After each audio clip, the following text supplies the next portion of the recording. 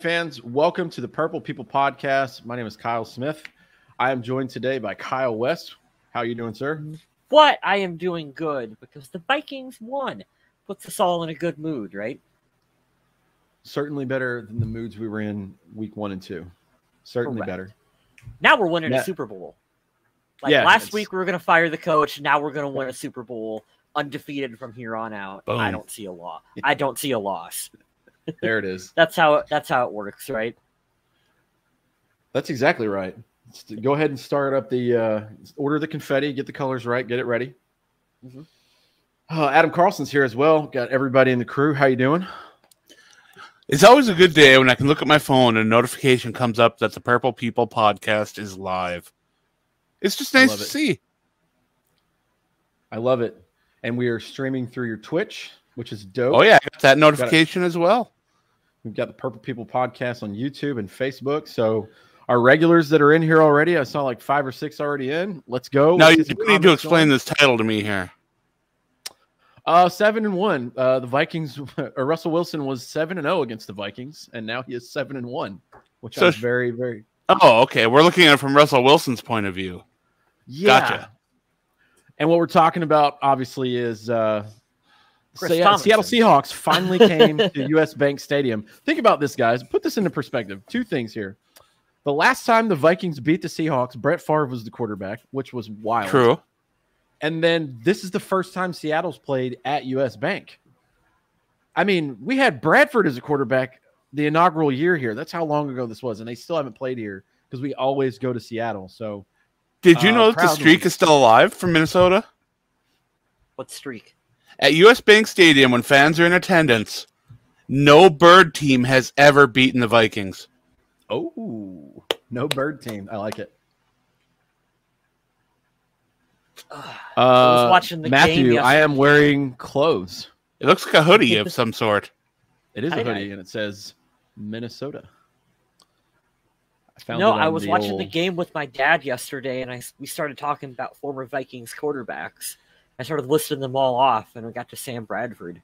And he's like, I forgot Sam Bradford was on this team. Like, I didn't. Yeah. That guy was good. He wasn't too shabby there for a little bit.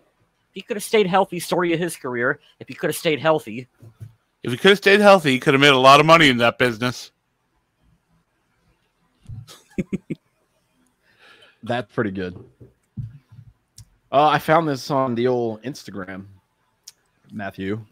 And I thought, you know what? Nobody else I know is going to have this. I'm going to order that. It came in today, just in time for the show. So I'm very excited about it. Ooh. Fiery takes coming in. Ryan Dennis thinks that Kirk Cousins is the best quarterback in the league. Well, if you read my work over on the Viking Age, I released my takeaways earlier this morning. And my last takeaway is that Kirk Cousins should be in the MVP discussion right now. Definitely. He is playing at a high caliber level right now. That throw to KJ Osborne on 3rd and 5, that's a big time, big boy throw that Kirk from a couple years ago usually doesn't make. Those are Aaron Rodgers MVP level throws that he's making. That's good stuff from Kirk. Let's be honest here for a second. We're talking about the Seahawks game, and coming into this game, the Vikings haven't had success against the Seahawks. They've struggled. Russell Wilson has put on some dominating performances. Right. They've ran all over Minnesota. They've got wide receivers that are just stupidly big and talented. And coming into the game, we learned that Dalvin Cook isn't going to play. Mm-hmm.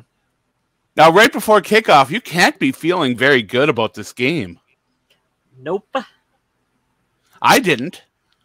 I mean, when I did my questions for 12th Man Rising, when we exchanged them, I said right away, I can't say that the Vikings are going to win this game until they prove they can beat Seattle, because it just doesn't happen. It's been almost a decade. What has it been now? 20 years almost? So 2009 was the last one, that magical Brett Favre year. So it's been 11 years. 11 years. 11 years. It's amazing. Even that year that Adrian won MVP, remember he ran for like 200 plus yards and they still found a way to lose. It was wild. And then you have the Blair Walsh playoff game. You have the 38-7 just I don't even know what happened there at TCF. So let's not kid ourselves. Seattle's not as good as they used to be, but they still have pieces. They're talented. I thought that Zimmer had great adjustments. I know they got up early, but the adjustments were good. And I don't know. I think that the team as a whole, I think this is how a complete Vikings team looks. And they can continue to do this most of the time. They'll be in pretty good shape because this was all around a pretty good day, even though the defense is more bend, don't break so far this year. I liked it. I hate to keep plugging my work over on the Viking Age, but if you aren't reading my 3 keys to victory or my 3 reasons that Minnesota will beat their opponent, you are truly missing out, because my number 3 on that list is withstand the early attack. If you've done a little bit of research on the Seahawks, you'll see that in game 1, I think they only scored 3 points in the second half, and in game 2, I think it was 7. So, yeah, they fizzle out. They wear down kind of quickly. And Minnesota, when they started firing back early, and they withstood that early barrage, that's when I started feeling good, because I knew Seattle didn't have that power to keep going. And then when the crowd there at US Bank Stadium just kept feeding in to that Vikings defense, and you could see the energy, you could see, too, that Minnesota just had that big advantage over Seattle, and it made the game feel like it was more out of hand than it really was, and that Seattle really had no grip whatsoever anymore. It was such a great feeling. Hey, and this is a different kind of Vikings team that we're seeing right here, too. This is one where I feel like the offense can really carry the squad. They've got a lot of firepower out there right now, and Kirk Cousins is playing at a high level. This is not a Minnesota Vikings team where you need the number 1 defense in the league to hold your opponent to 9 points because you just can't score on offense and like you have to pitch a shutout every single game. This offense seems to be able to score 30 points a game. I don't want to say it will, but like they can score fairly easily. You need a defense to bend, not break, come up with a couple big plays here and there, sack the quarterback in the 3rd and 4th quarter. That seems to be the key to victory. It's a little different from what we've seen previously underneath a Mike Zimmer-led squad, where it's your defense that carries and keeps you into games. Yeah, Ryan in the chat there talking about Everson Griffen, and I admitted in my takeaways article from this game that I was wrong about bringing Everson Griffen, and I was worried he'd be a distraction. I thought he might have been a little bit washed up, but even though he only had 2 hits on Wilson and the 1 sack, he brought a unique energy to that team. Yes. And I don't know, it's not that players like Eric Kendricks and Harrison Smith aren't great players, but they're both professionals in the fact that they go out there, they get the job done in a really great way, but they don't bring the energy the way that a player like Everson Griffen does. Yeah. That is just infectious, not only when to the other players on the field that you can tell are feeding off him, but to the fans watching, because even like on Twitter, fans were electric anytime that Everson was chasing after Russell Wilson, and it was nice to see. There's I really a lot like of ways too you could that go. They rotated him back in the middle. Mm-hmm. Nothing against DJ Wonnum. I like seeing Everson in this fashion opposite to Neil Hunter, because they can move him around and stuff. To you guys' point, before we hand out game balls and donkeys, what I really liked yesterday, I did something that I've never done before watching this game. I focused in on Garrett Bradbury and Oli Udoh the entire game. And they'll show you the highlights later, or you can see a big run after they've made a block. And I'll talk about that in a little bit. But for the defense, I thought it was really crazy. I saw something that I know I've seen in the past, but I didn't zone in on, where the Vikings had exceptional adjustments to where the defensive line, they're not sending a full-on blitz to where, well, hope everybody can do their job in man coverage. They were holding the line of scrimmage and then going after Russell if he tried to break out. And I saw one of those plays where he had no choice but to throw the ball away. And I think that discourages a guy like him, because he's used to making those backyard football plays and throws. And I thought that was really good. This team played very disciplined yesterday, and it was different than week 1. And then after week 2 didn't fall in your favor at the end, they just continued to build on the good play. I really liked this game yesterday. I liked the game plan and the execution. It was a really good game plan. Clinton Kubiak, I think, is doing an excellent job of calling plays out there on offense for the Vikings too. So are we going to see more stuff on Twitter about how Minnesota needs to fire their head coach and how they need to trade straight up Kirk Cousins for Jimmy Garoppolo? Is that all done? It's not done. We were talking about this yesterday. Go ahead, Kyle. It's the difference between a win and a loss. Like, if the Vikings lost this game, if Minnesota got beat at home by Seattle in, like, decisive fashion, we're sitting here right now saying Mike Zimmer is on the hot seat. Right. Yeah. Like, I really believe we are. But the fact that they came out and played a damn good game against the Seattle Seahawks, those discussions are gone now. We keep winning, and those stay in the background. It's one win. We see what happens. For right now, when we were talking about the Vikings schedule, we had Minnesota beating Cincinnati and then probably losing to Arizona and Seattle. Yeah. So at this point, we had the Vikings at 1-2, and guess what? Right now, they're at 1-2. Just a different. Sure, it wasn't the order that we thought, but hey, not so bad. Let's not forget, this is an odd year under Zimmer. I don't know what it is the last 8 years now. It's every other year is the playoffs. But also, 2 years ago, 2019, they had a pretty magical season. They started out 2-2, and they went on like a 5-6 game winning streak. I'm not saying that's about to happen because they have a tough stretch of games pretty much the entire rest of the year. The Browns are no joke. The Lions are going to be tough. The Panthers are probably my most surprising team, and they'll play them in 3 weeks. The next 3 are at home, aren't they? The next 2 are at home. The Browns, and then the Lions, and then the Carolina game is in Carolina. So, yeah, 3-game home streak. Yeah. It's not good. These games aren't going to be easy. I mean, Detroit not, is a doink away from beating the Baltimore Ravens yesterday. Mm-hmm. Let's not kid ourselves to think that they're going to roll over. I don't think the Browns are going to be easy. I think the Carolina is going to be very tough. But I think now that Minnesota's going to be able to pressure Goff into making some mistakes. I don't think that game's going to be as competitive as a lot of people think it is because Detroit hung in there with some teams that have some significant losses and are banged up. And plus, I mean, Minnesota should be getting some of their players back from 3-game IR soon, and that could make a big difference as well. Yeah, I'm not super worried about Detroit. Browns coming to home. We're going to have the definite home field advantage. It'll be interesting to see how Stefanski matches up against Mike Zimmer's defense. That's going to come down to, I think, coaching a lot in that game. And we've seen occasionally that sometimes Zimmer, game time decision, Zimmer in the heat of the moment doesn't maybe make the best. As long as the decision includes putting Breeland on the football field, we're good. Holy crap. You can't spell MVP without Rashad Breeland. Let's do it. This is a perfect segue to game balls and donkeys. I will let you gentlemen, whoever wants to go first, give out your game balls. Out of 103 defensive backs in the NFL, Rashad Breeland is 103rd. I used to joke he was top 100, and I can't even tell that joke anymore. And that is not a good thing. So can we just unanimous give him the donkey at this point? Yeah, I'm good with that. Yeah. I think for one of those rare occasions where we all agree on that. He's been pretty terrible. And it's not that, I mean, I can't really say it's not because he's been awful. He's been pretty bad. He's made plays here or there, but it seems like the mistakes that he's making, they're simple mistakes. Why would you play 10 yards off of Lockett or Metcalf when you're in the red zone? I mean, you're asking to give up a huge play, and you can't even beat him to the pylon, and you're closer to the pylon. I don't understand that at all. I had to look and see, but Breeland hasn't had a pass breakup yet this season through 3 games. Really? He's at 0.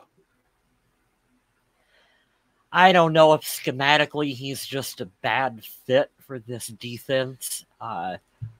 Mike Zimmer is supposed to be our defensive back whisperer. You'd think, to steal an analogy from Paul Heyman here, you insinuate the positives, hide the negatives for your superstars in wrestling. Can't we do that with Rashad Breeland? Can't we? I think that right now he's probably got Cameron Dantzler at the point where he's ready to come on out and just absolutely fire up or shrivel and just disappear. I mean, Cameron Dantzler is ready to quit, according to Twitter. I don't know if he's fired up or if he's frustrated, I think it's a little of both right now, but I do think that when he got his opportunity, he looked pretty good. And honestly, I don't think he can do much worse.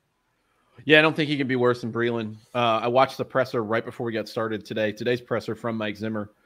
And he was very nice to Chris Thompson for the chunk that I watched, which is funny compared to yesterday. But he said, Chris Thompson brought up the tweet. He's like, hey, you know, the Twitter thing happened. Have you talked to him? Do you plan on talking? He goes, we're going to have a talk about that. Good. And I imagine, if I'm just wildly predicting stuff that I have no clue about, is it's going to be a lot like Draft Day, the movie with Kevin Costner. It's like, stay the fuck off of Twitter, dude. Just stop. So you think he'll be traded by the end of the week? Yeah. Yeah, he'll be done. There are teams out there that have already inquired about Cameron Dantzler's services. And there are teams out there that are suffering some pretty bad injuries when it comes to corners or could use some depth. I mean, he's not a bad player, but I don't know what it would take for Minnesota to give him up. Jake, I'll counter your argument here. The defense shut out Seattle for an entire half. So I'm good with that. And they also did their job to contain Kyler Murray, who at this point looks to be playing slightly above what we've seen out of Russell Wilson for what seems like a decade. But this is a bend, not break. This is not the team of 2017 where there's a ton of 3-and-outs. There's always pressure. There's a sack almost every other drive. This is not that defense. They're going to. Do you think people are finally starting to understand like what they're missing? Trey Waynes was better than people think he thought he was. Yeah. You know, and sure, I mean, Rhodes had some frustrating plays, but again, he was better than people remember. Yeah, they remember when he made the mistakes, but he's had one heck of a career. I think Rhodes was the best corner of Mike Zimmer era, hands down. Yeah. Kyle and I were talking about that sidebar yesterday. We were talking about how for everything that Mike Zimmer's done, good and bad, the thing that's kind of stood out is the cornerbacks. It's kind of been a sore thumb because there's been misses in the draft, which I know he's not the GM, but he definitely has a say. And then you give a guy like Mike Hughes. It's an anomaly. It's an injury, but he's going to go on to Kansas City. And the first part of the year, he looks awesome. And then we pick up their scraps. We literally do a trade, almost an exact trade. And it's like, what the fuck is this? This guy's terrible. But it's three games in. So I'm not going to lose faith in the defense this early. But it is definitely Patrick not. Peterson is getting a ton of respect from opposing quarterbacks. They are not really throwing the ball his way at all. And why would they, I guess, when 21's getting picked on? When I was watching the game with my nephew, he kept asking, why is he always throwing the ball to the guys at the top of the screen? I'm like, 21's up there. Jake, I see you. I'm not putting up every comment, but I agree with you, man. I'm not picking on you. I think that the defense will get there. And I think a lot of this, too, is you shorten the preseason. You don't really know how a football team looks until they iron out the kinks until about October. So we're about to find out what the Vikings could potentially look like for the rest of the season. It's almost Kirktober, guys. Hey, he's on fire. Let's give away game balls. We gave away the donkey. John Young, you stole mine. I watched Garrett Bradbury. He had a good game yesterday. Had a hiccup here or there. Oli Udoh. Holy shit. I'm giving the O-line the love. I wanted to give this to Jefferson. I wanted to give it to Thielen. I definitely wanted to give it to Kirk. Oli Udoh, and he's young, man. He's looking good, and I love how that dude played yesterday. So you get my game ball. I feel good because I've encouraged Smith to start watching offensive line play. Well, you know why? And this is a terrible thing to say, and I hope he never hears it because they're never going to watch the show. But I really wanted to see if Garrett Bradbury was going to get his ass kicked yesterday because he was playing a big tackle. He did all right.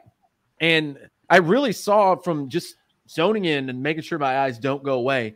Okay, cool. I want to see how much time Kirk has. Had phenomenal time yesterday. I just like these guys holding it up and doing their job to keep, because that's what we've been bitching about, right? The entire time Kirk's been here. Just give him a clean pocket. That's your clean pocket game right there yesterday. That's the best game I've ever seen Kirk Cousins play. I think Kyle said the same thing. I think that's his best game as a Viking so far. And the Vikings don't even have their rookie left tackle, who was the best pass blocker coming out of college. When he's ready, this could be a very special offensive line too. I mean, especially when they start meshing. Yeah, and they're young too, which is really good. Also, shout out to Brian O'Neill, who is a fucking stud. Oh yeah, he's been the anchor of that O-line. Good for him. I'll give my game ball to Alexander Madison because, yeah, he's not Dalvin Cook. He doesn't have that quick acceleration. He doesn't have the same kind of top speed that Dalvin Cook has. He's a different kind of rusher, but he still came out, and Minnesota used him the same way they would Dalvin Cook. They pounded him. They used him in screens, and he had career-high days as both a receiver and a rusher. And honestly, the pressure that he took off this Minnesota Vikings offense and allowed them to start distributing the ball and get players like Justin Jefferson involved, because Justin Jefferson had been quiet the first 2 weeks of the season. He didn't look like that superstar that we saw last year. This game has him coming out a little bit, and honestly, he's got that running game and that offensive line to thank for it, because it was just nice to see. Kyle, I think there's a couple different ways you could go with this one. Kirk Cousins, we talked a lot about him. I really do think that if this is not his best game as a Viking, it's right up there towards the top of like the best performances we've seen from Kirk. Yeah, what's he had? 8 touchdowns, no interceptions this season so far? 128 rating yesterday, 3 touchdowns, no picks, QBR of 93.3. I mean, he outplayed Russell Wilson yesterday, and that's no slight on Russell Wilson. I think he played fine, but Kirk he's on a different level, man. Right now, he's through 3 games. It's probably the best we've seen. Definitely. You could go with Clint Kubiak. I thought that it's a good game plan, good calls on offense. That scripted first drive was perfect. Yes. However, we talked about him a little bit, but I got to go with Everson Griffin. I really do think that, like you said at the beginning of the show, Adam, the energy that he brings to this defense is something that they were lacking without him. And even, he got 1 sack and a couple pressures, whatever. He's not a full-time starter, but he's out there when we need him the most in the 3rd and 4th quarter, because they've got this rotation of players. So he's fresh at that stage in the game, and he brings that energy to the team and to the fans. And I think that is going to be important for this defense when we really get going in mid-season. That's something that they can feed off from. Him and Sheldon Richardson playing in backup roles are really having an impact so far. Yeah, the Vikings being able to rotate those defensive linemen and keep them fresh and keep that pressure going, it's been making a difference on every Vikings game so far and keeping them in the game. And I know that, the Vikings defense has given up a lot of points, and the run game's been a little bit hard to stop for Minnesota, but you can't really argue that this team is significantly improved from their pass rush last year. It's like just different. So different. And I do think you got to hand it to the offensive line for playing, particularly in the run game right now. They are opening up some holes for the Vikings running backs to go through. That was back a couple times, but he was only sacked once on the day. He was able to get rid of the ball the other times. And honestly, one of his incompletions was just a pass that he was throwing to Adam Thielen that Justin Jefferson thought he could go up and get. So, I thought you were going to reference the shoe that he tossed in the middle of the game. Isn't that the most Kirk Cousins shit you've ever seen? He's like, whatever, I'll grab it when we're done with this play. As that was happening, I was, oh my God, what if a defensive lineman or offensive lineman rolls on his foot and breaks it? Oof. That was what I thought immediately as that play was happening. I can't believe no one called a timeout. We'll give Joseph some love too here later. Viking Jerome, I saw your game ball go to him. John Young, I'm leaving your question up to these guys. What do we do with Wyatt Davis, the guard, if Ole is that guy? I don't think we should settle for all right if we can be great. We agree, but that's what depth is for. As much as I hate saying this, because I'm glad I picked yesterday to watch the offensive line, because any other game in history, I probably would have been very angry yesterday. But it seems like they finally did this little like shuffle of linemen, and it's like, oh shit, this actually works, And who knows? I don't think you're going to switch him to tackle because he's not that big, but he could be a rotational guy for a little bit. Who knows? But right now, this seems to be a pretty good mix. The only thing I want to see is if Darisaw can outright beat out Rashad Hill. But we know Davis can play guard. We've seen him working at center in training camp. Having that versatile blocker to come in whenever he's needed would be absolutely huge. And Minnesota hasn't had a luxury of having a player that can step in and play at a high level for several years now, especially on the interior of the line. So I don't think that they should do anything with Davis. They should keep developing him, keep him in a competition, and if he beats out another player, that's great. If he doesn't, that's fine too. Yeah, I agree with Adam. I don't want to jinx this, but should injury happen, you've got to have backups who can go in. How many times in the past have we had a game where one of our starters on the line goes down and the backup comes in, and it's immediately such a large drop-off in play that you can point to it as going, that's why we lost this game. And while we're at it, let's give Rashad Hill a little bit of props for stepping in at left tackle and starting. I mean, coming into this, I was really afraid at some of the players that he'd be facing off against. And he has been holding his own a lot better than I thought he would. And honestly, he deserves a lot of credit for that.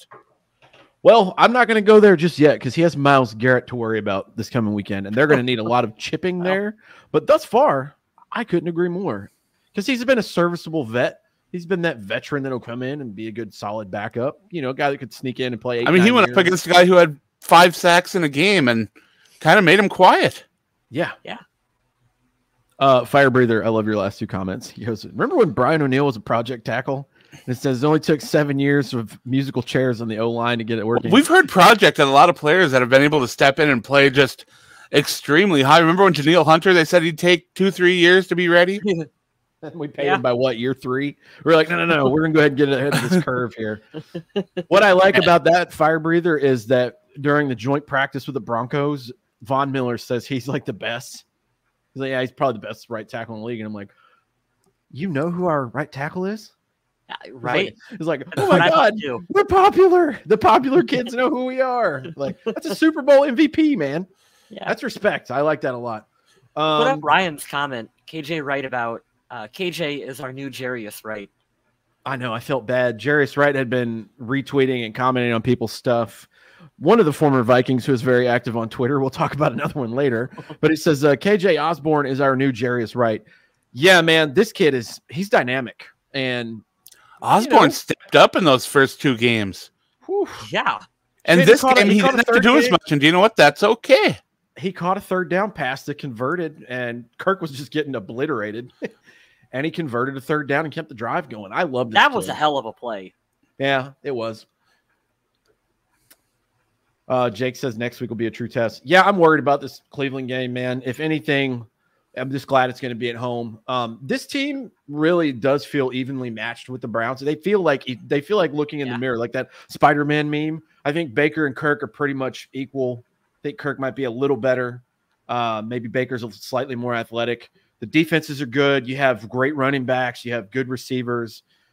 This could be one of those games where it's, kind of a slugfest, but also in true Viking fashion, this could just be a shootout and be, 38-35 or something like that. Yeah, if you're betting in this game, take the over because it's probably going to be a lot of points. Yep. It's going to be interesting to see Stefanski and Zimmer going at it because they know each other so well, especially with Kirk playing the way he's playing. Tyler Gronkowski. Yeah, he got the first touchdown of the game. I was not expecting that at all. I want to talk about Twitter a little bit because 2 things that got on my nerves yesterday, and one today, and one yesterday. One, Colin Cowherd, if you ever hear this, I'm really jealous of the money you've made, but Jesus Christ, you are so corny. Your 3-word game where you have to spell out the joke for people is the most boomer shit I've ever seen in my life. It's awful. But I don't understand, like, I don't know. There's no love for Kirk Cousins ever. And when they finally do good, they skip over it. It's only a poo-poo on Kirk Cousins fest. But I'll get back to Colin Cowherd in a minute. I want to talk about Twitter and why people think, even after a win, Vikings fans want to bitch about firing Mike Zimmer and telling me that Kirk's not playing good. Kirk Cousins is not Patrick Mahomes. He's not Lamar Jackson. He's not Tom Brady. But you're lying to yourself if you think that he hasn't been playing awesome football. And not just for these 3 games. He has the active streak right now in the NFL. No passes, 200-plus passes now without a pick. And I think 17, 18, whatever games, maybe 20-plus of a 90 passer rating or more. The dude's been playing damn good football. You need to give Cousins is still playing Patrick Mahomes this year. Yep, so far.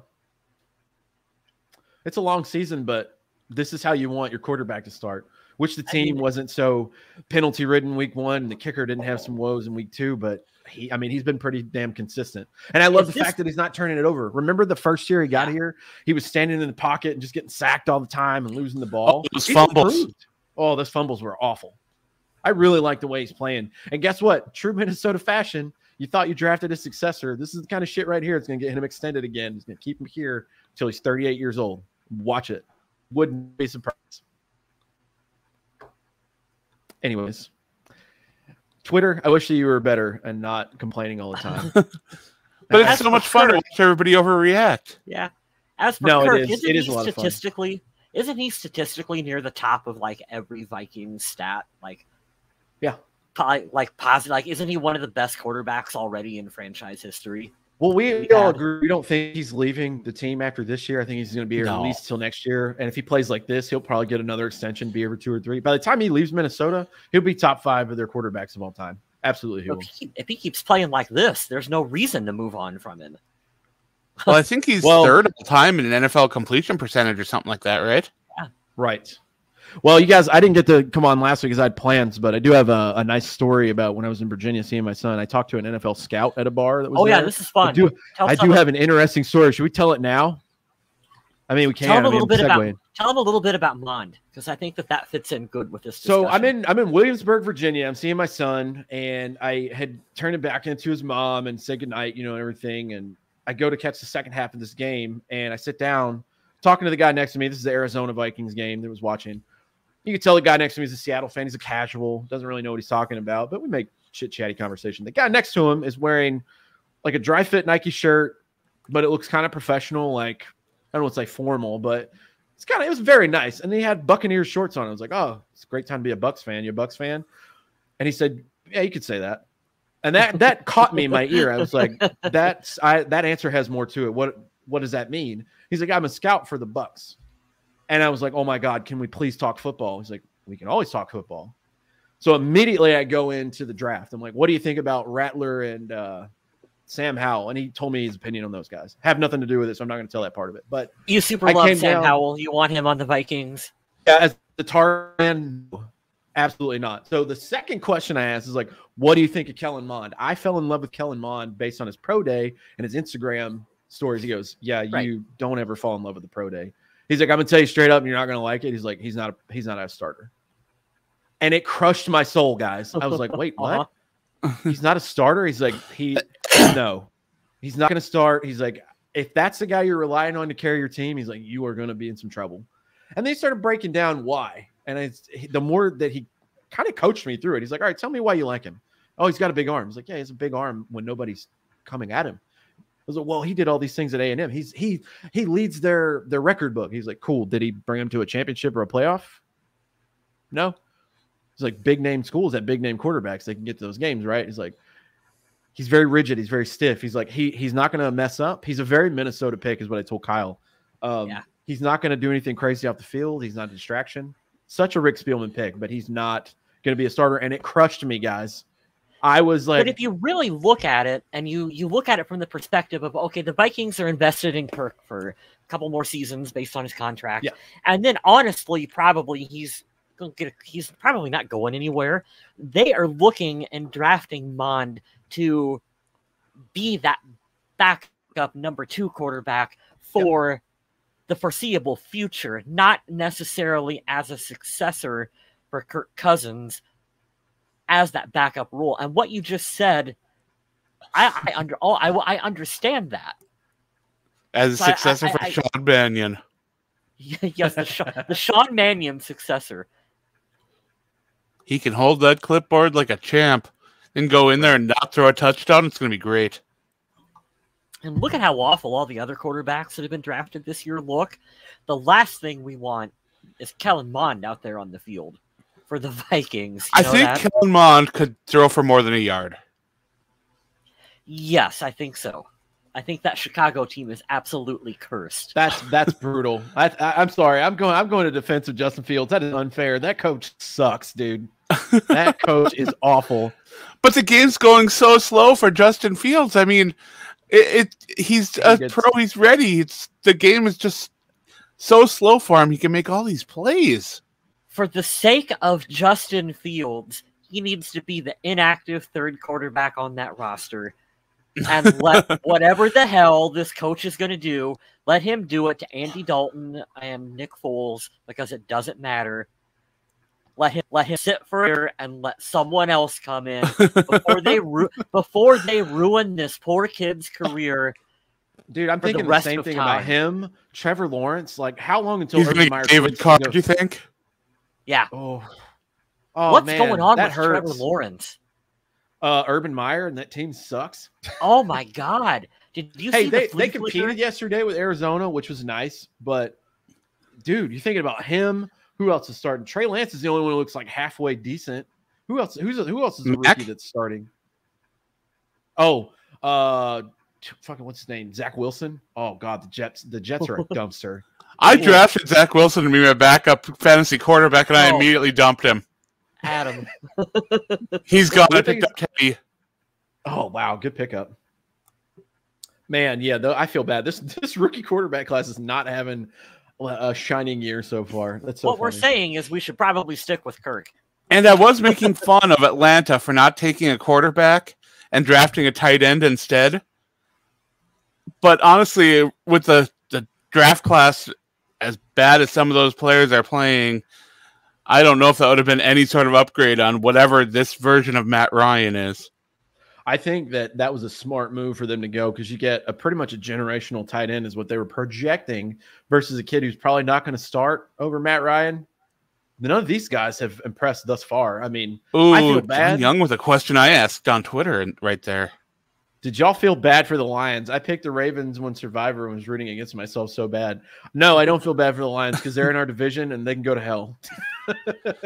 I feel bad. Living in Michigan, I know a pretty good assortment of overly confident and cocky Lions fans that somehow have found that confidence over the years that they think that they're going to beat everybody. So I feel bad for the fans that have stuck with that team for so long. Yeah. Because that was a heartbreaker.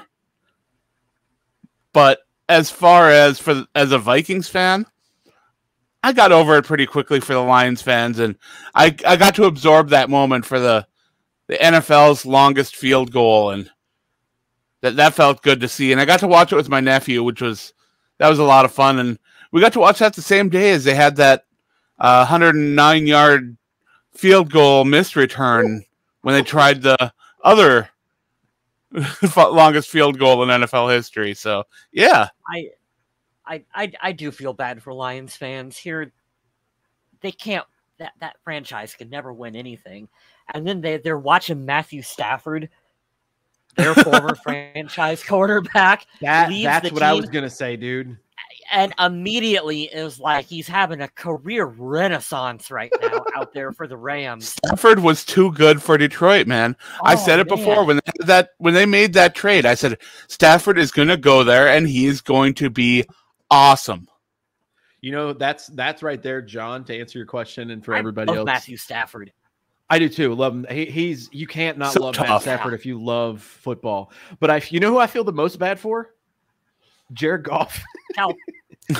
Dude, he went from driving a Ferrari to now he's got that fucking truck from Toy Story, just driving it around, just trying to keep the doors on. Because they're gonna compete, and that's even worse. Like, I would much rather just get the shit beat out of you every week and be like, hey, we're the worst team in the league. Like, we already know we're gonna tank. But their coach has them fired up, ready to play. They got an awesome running back there. But they're gonna lose a lot of games because they can't finish. Or they're going to lose heartbreakers and stuff's going to bounce off of the goalpost for a record field goal. Dude, I can't believe the record for a field goal came off a doink. That is wild. If you asked a casual fan to name a current wide receiver for the Lions, I don't think they could. I can't. Adam, I can't. They're in the division and I can't do it. That's wild. Sorry, guys. We're all over the place. We're having great conversation. We have a lot of viewers too, and I love. We got the Lions coming up, not on Sunday, but the week after. So Lions discussion it's kind of relevant. It is. It is. It was a fun day yesterday. Overall, the games were pretty entertaining. I watched the Patriots get the shit beat out of them. That was rough to watch. I got to watch my nephew watch Jimmy Garoppolo and wonder how he's an NFL quarterback. You brought that up at the beginning of the show. Remember we want to trade straight up Kirk for Jimmy? I bet you there are still fans on Twitter that will stand by that, but I'd say probably 70% of them are probably changing their mind right now. I'm going to quote the water boy and say cocaine's a hell of a drug. All right. There are people that no matter what Kirk does, it's never going to be enough. He's not exciting. And I get that people want an exciting quarterback. But Kirk's going to go out there and he's going to be efficient. He's going to make some plays.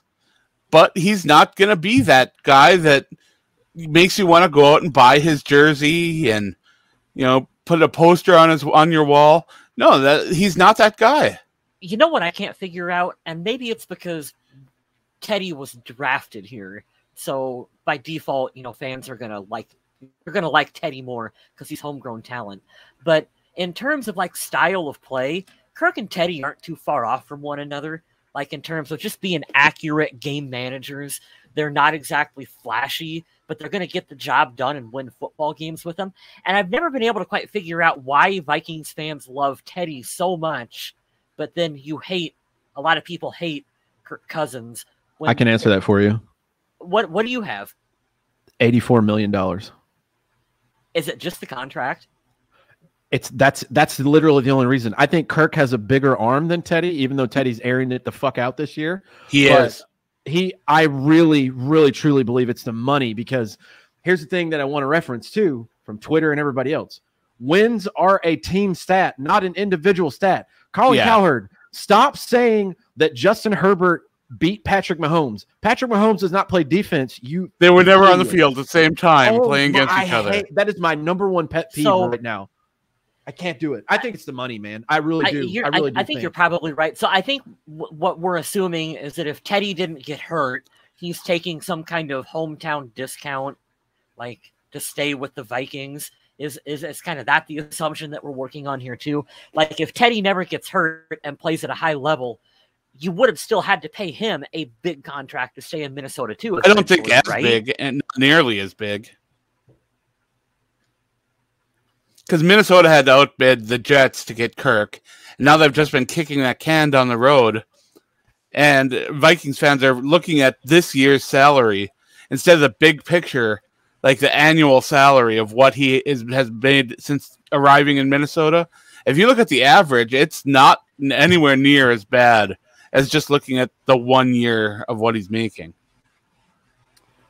Yeah, dude, I really think it's the money, because what they're going to do is they're going to say, well, we paid you all this money. You got to win. And it's what? Last year, well, Kirk Cousins can't win. The defense was trash. The defense lost you most of the games last year. Kirk had a game or two where it wasn't pleasant. Offensive line was trash last year too. But they automatically, you got to go to, well, you're the quarterback, you're the leader. It's this weird thing where the media over the years has said, well, you have to do everything. You have to be perfect. Can't make a mistake. And it's on you. And it's this is a group effort, guys. But I like that. That made me think. And that was a great question of being, for guys that they've had a lot of similarities, and they shared obviously the same throne here in Minnesota, but I don't know, terrible luck for Teddy and his leg, but I'm happy as hell to see him. We knew he would probably beat out Drew Lock, but I'm happy as hell to see Teddy doing good stuff over there in the AFC West, because can't believe the Chiefs are in last place in the division right now. That is wild. The Raiders are 3-0. What? What a time to be alive. Daniel Carlson, that big old boot. Oh, that hurts. It hurts still. It's too soon. Oh, here you go. Everybody's crapping on Jimmy Garoppolo now. Jimmy G's bad on the contract. Nice backward pass, Jimmy G. That backward pass. You should have heard my nephew after that. Oh. And every pass he threw on that last drive, the receiver wasn't open. The receiver made a play to get that football. And my nephew's just going off. He's like, we watched all these games of football with all these quarterbacks. This guy doesn't even look like he should be playing. Hey, here's a fun thought for you. What's that? Is Brock Osweiler the worst large contract given to an NFL quarterback ever?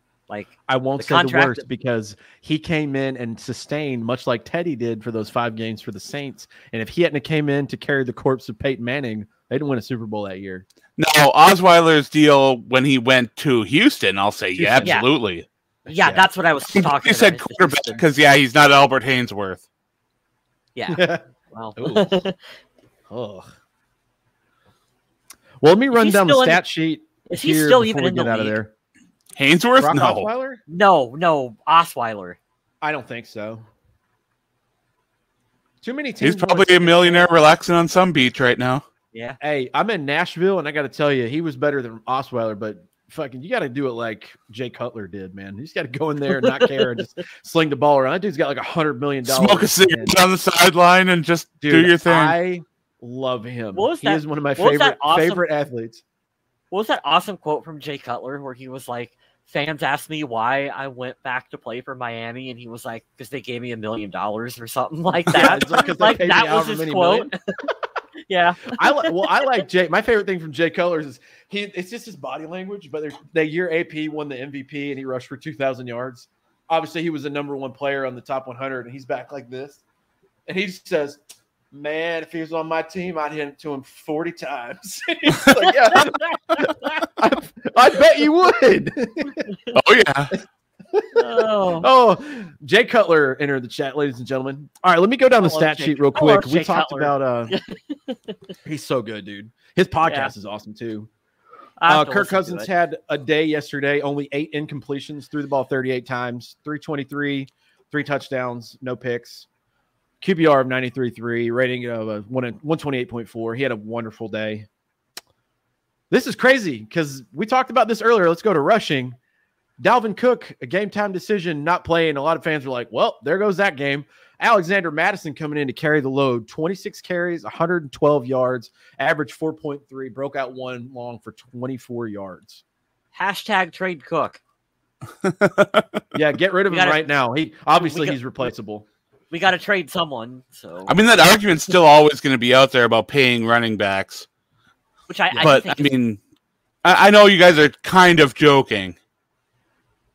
but it's also kind of the paying running backs thing is also kind of a valid argument. So I'm just saying, if You know someone's what, though? calling with a Oh, no, I'm not going to trade. I don't want to trade Dalvin Cook. You know what, though? I will take every year Dalvin Cook missing 2 games. Now that we have an extra game in the season, I'll take him missing 2 games a season as long as he doesn't turn out like Ezekiel Elliott. Holy crap, that dude fell off real fast.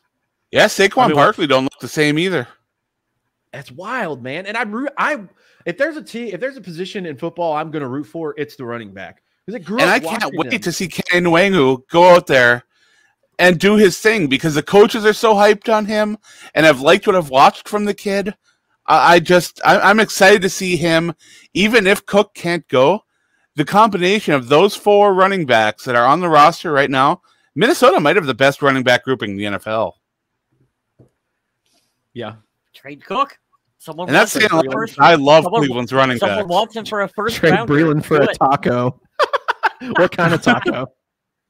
A fish Oh, that's taco? great. Do people like fish tacos these days? Josh Gordon. I'd rather have a shrimp taco. How about a burrito taco? Have you guys had burritos? They're amazing.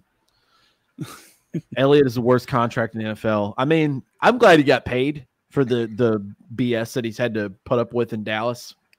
Jerry Jones is just a headache just to even listen to. But if you're getting paid, I guess it wouldn't be bad. You get to play with Dak and some good receivers. They had a good line 5 years ago. I don't know. I don't know why I'm justifying Ezekiel Elliott. He sucks now. Nice. Tacos in the chat.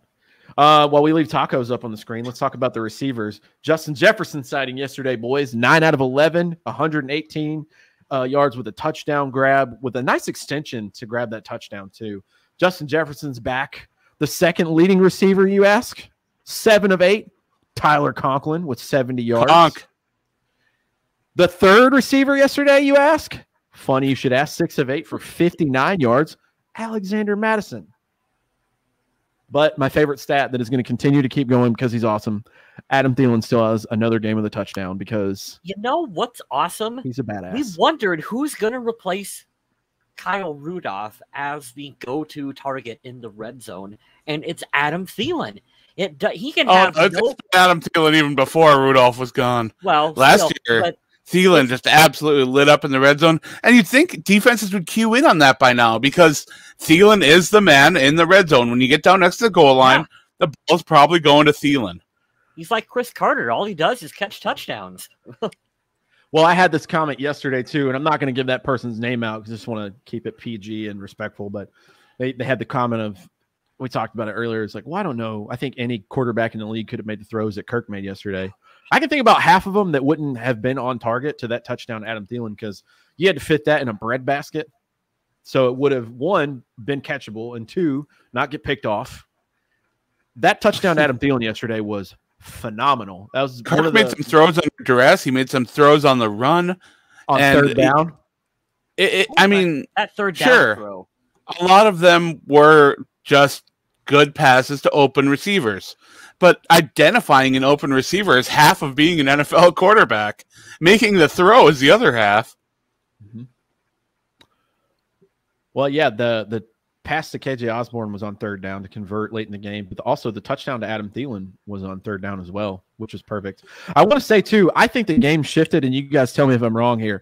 Kirk Cousins gets sacked on third down, and there's a holding call in the secondary, and the game was completely over. But that was when the game stopped for Seattle.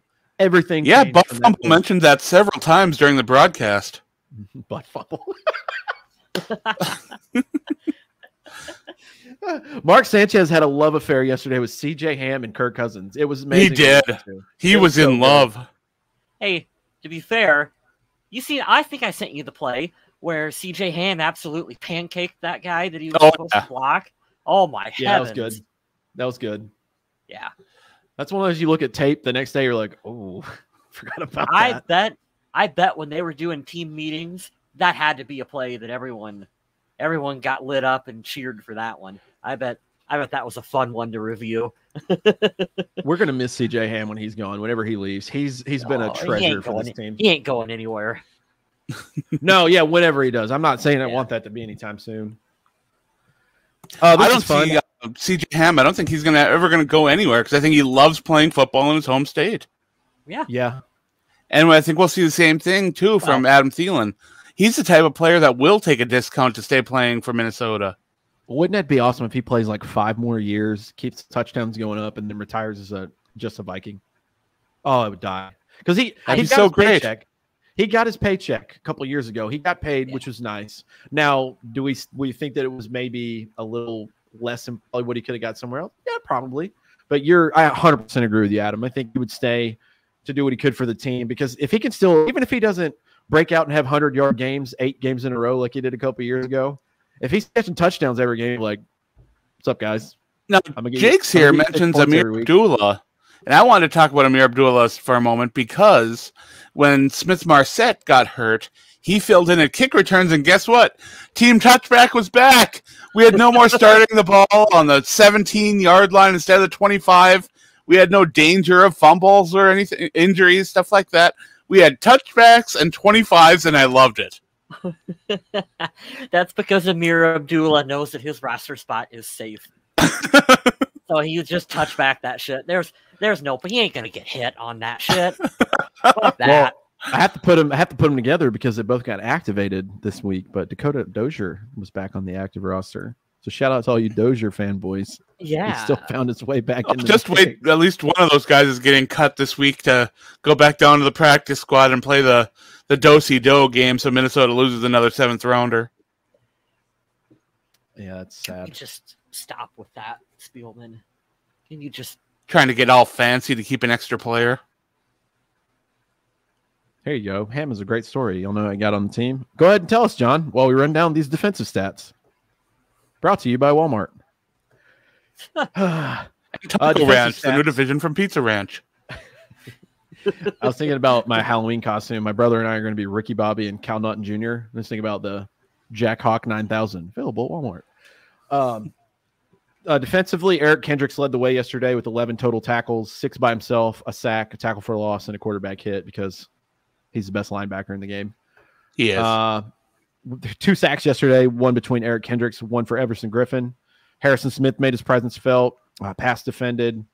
There's 5 total quarterback hits, 2 passes defended, 3 tackles for loss. So for a mobile quarterback who does a lot of backyard stuff, the Vikings had a pretty good game plan against him yesterday, it looks like, at least on paper here. No Danielle Hunter sack, which bummed me out, but he's still fine. He's going to eat no matter what. So happy to see it. Kick returns, Smith Marset, 2 for 40. Punt returns, 2 for -1 yards, Dede Westbrook. Oh, Dede. I know. But here's the positive on the special teams yesterday. Greg Joseph, 3 for 3 on extra points, 3 for 3 for field goals. How about it? Longest one was from 43. And also Jordan Berry. Holy shit, that second punt at the end of the game. He can kick a football. I forgot about that punt. That punt was a big-time one. Fantastic. Field pinned at the one, everybody celebrates on the sideline. Oh, that was nice. Yeah. This is the kind of game you want to see the Vikings play consistently. You don't want this to be an anomaly where we look back on the highlights this year and be like, well, at least we had that one game against Seattle. It's nice to know you can beat a quality opponent, right? Even if they are a little bit of a shell of themselves. I think that Legion of Boom, Seattle defense is kind of outdated. They don't have the personnel they used to have. But, hey, the Vikings, you have to go out and execute. I think they executed so well. They played so disciplined yesterday. Not a lot of dumb penalties, and they got a call their way. So the only bad penalty yesterday was that roughing the passer call. That was bullshit. Oh, my God. Against Everson. I was pissed there. I sent it to you guys in the chat. I was like, good job, Everson. And then I watched it again. I was like, wait a minute. Good job, refs. Way to blow that call. I'll admit, I thought that once he pushed him over, that he went over and kind of teabagged him. That's what I thought was going on over there. He's just a big human moving fast. I don't think he didn't need to step over him, and I'm surprised that it went with roughing and not taunting. Yeah, that's a good point with what they're emphasizing. Oh, here you go. John Young's talking about the CJ Ham story. He was originally going out for running back, kind of like an AJ Rose, and the Vikes told him he wasn't going to make the cut, and he came back with, what if I gain like 30 pounds and play fullback? Vikes said, you can try. We will look at you. That's exactly what he did, and he's been starting fullback ever since. Yeah, I mean, if there's one position on the team and you can only have one guy and nobody's filling it in, and you're the only guy who applies, you have a pretty good chance to fill that role. He got to beat up Blazing Game, which is good because Blazing Game turned out to not be a very good person. I don't remember. Forgot about him. Let's talk about Survival League for a second. Let's do it. 23 active players. We got our first elimination this week. The Jeffersons are gone after not making a selection. That's the absolute worst way to get a strike. If you're going to sign up, make your picks. You don't want to get a loss for not picking a team. But there were strikes handed out because 3 strikes went to people who picked the Pittsburgh Steelers, the Kansas City Chiefs, and for some reason, Tom picked the New York Giants. Oh. After watching the Giants play in week 2, there is no way I was picking them to do anything in week 3. A lot of people did get lucky with the Ravens because a lot of people did choose Baltimore to win that game. I personally took Carolina because I felt that was the absolute easiest game on the schedule. Now, there are 13 people who still haven't received strikes, and I am one of them. And I will let you know that you do have to beat me this year. I am not laying down. So, I mean, I wish you the best of luck. But I want to get some Vikings themed prizes too. So, I'm in. The challenge is on. Maybe this will sway people. Maybe it'll motivate them. I'm not sure. But if Adam wins, I'm not getting him a Purple People podcast hoodie. I'm getting him a hoodie with my face on it. Nice. Yeah. So, get your stuff together, guys. I know I've been swearing a lot this episode. I apologize, but get your stuff together. Don't be like me and not make a pick in week 2. I was so mad when I saw that. I was like, I could have sworn I'd put one in, and I don't know if I got the reminder, but we made the pick this week, and I got a green check mark, by God. Yeah, 3 people are in danger of getting eliminated next week if they guess wrong, and that would bring us down to 20 people in week 4. So it's early, and teams are dropping out. Be careful. Make your picks. Be smart. See that right there? Thank you, Andrew. I am a lucky dog. I thought that game was going to be a lot closer than it was. Let's Thank you. See if mine will Justin do Tucker. it. Nope, I get green screened when I do it. I just go Oh, away. no. That's wild. Ooh. Ooh, this is a good one. Thursday night football. Let's see what the matchups are this week. Are there any surefire shutouts?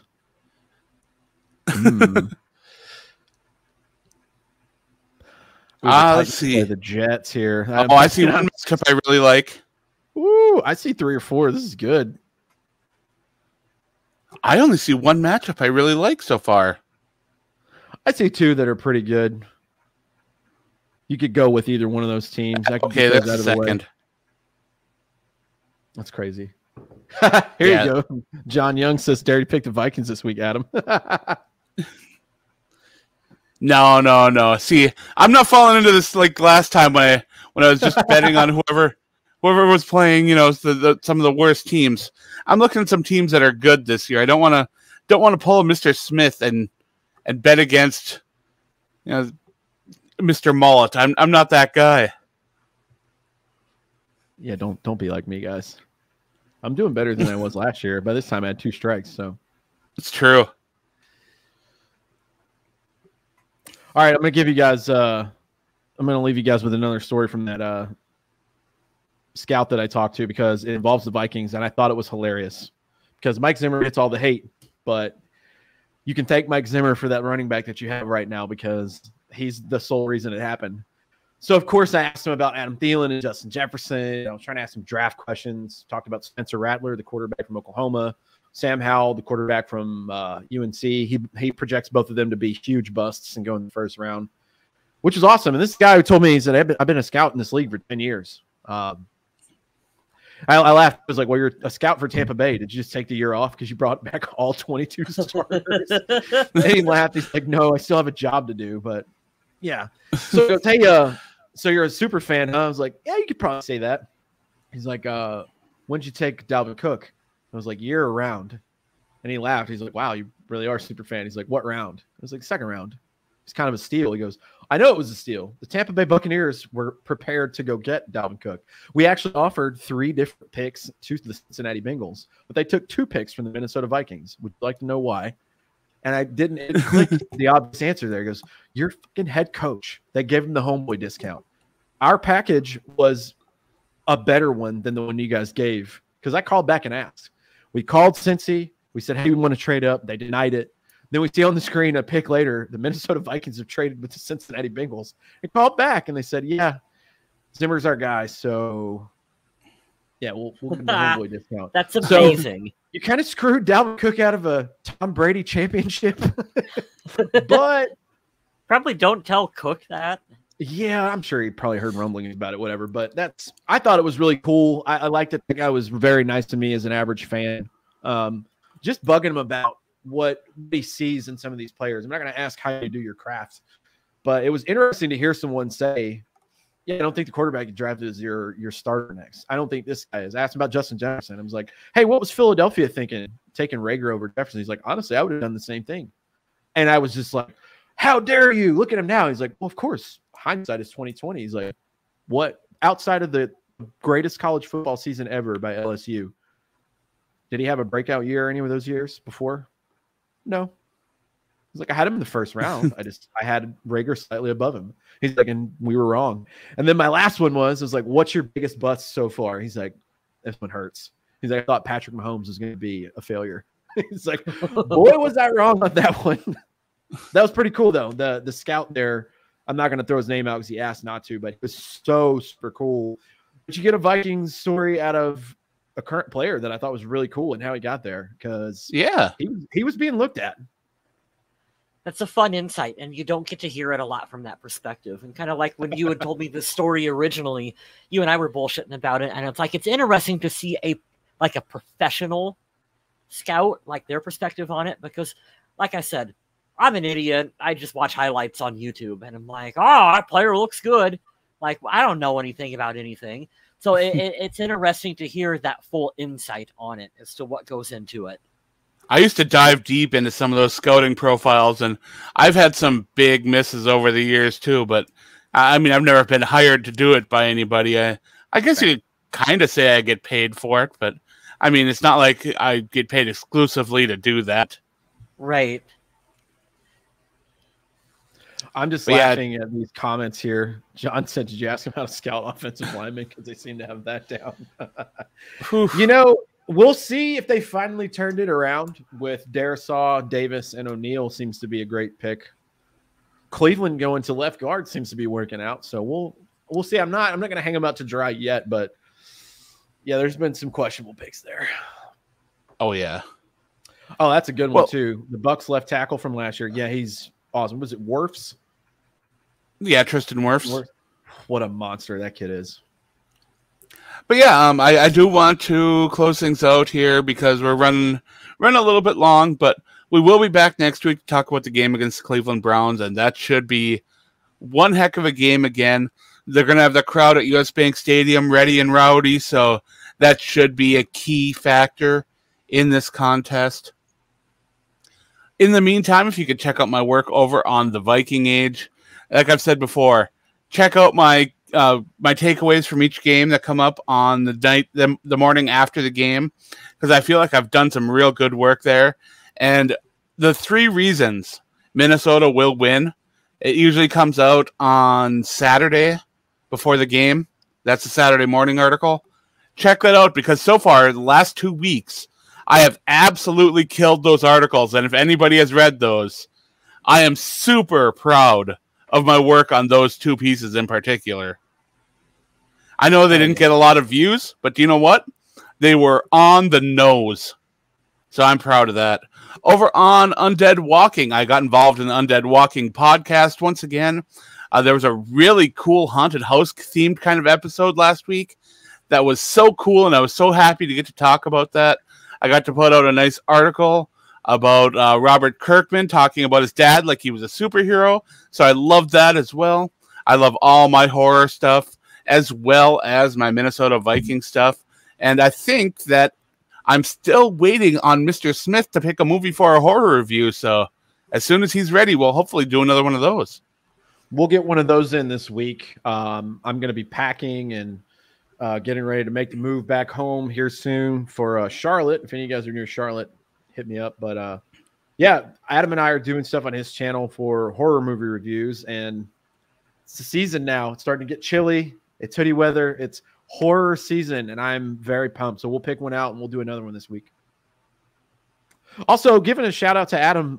If you go to the Viking Age and you want to help with these articles, I know we tell you to go there and find one, but the biggest key here is interaction, guys. If you can go, leave your thoughts below. Just, hey, I know Adam from the Purple People podcast, or hey, this is a great article, I agree. Or you could tell him, hey, shut up, this was terrible. He's still going to like that too, because he's going to get engagement. I'm more than open to criticism. I'm more than open to debate. If you tell me you disagree with me, just tell me why. We can have a discussion about it. That's cool. I'd like that. It's all about engagement, guys. It's the key to the social media stuff and the online thing. So give him some engagement, get his clicks up, because that's what keeps the lights on for him. Oh, Andrew Layla wants Killer Clowns from Outer Space. It's a good suggestion. We got to do something fun at some point. We've done some pretty serious and pretty relevant ones lately, like Netflix stuff or the ones in theaters. But I was shocked how much I loved Blood Red Sky. Yeah, I like that. We love Fear Street. Malignant was good. I think the classic horror story we did is the only one where we're kind of like, yeah, we were whatever. mixed on that one. It was all right. But yeah, there's some real good picks coming out. I know I recently just watched Candyman, the new one, and I thought that was all right. But I don't think we're going to review that one. But it was a movie. It was pretty good. I enjoyed it.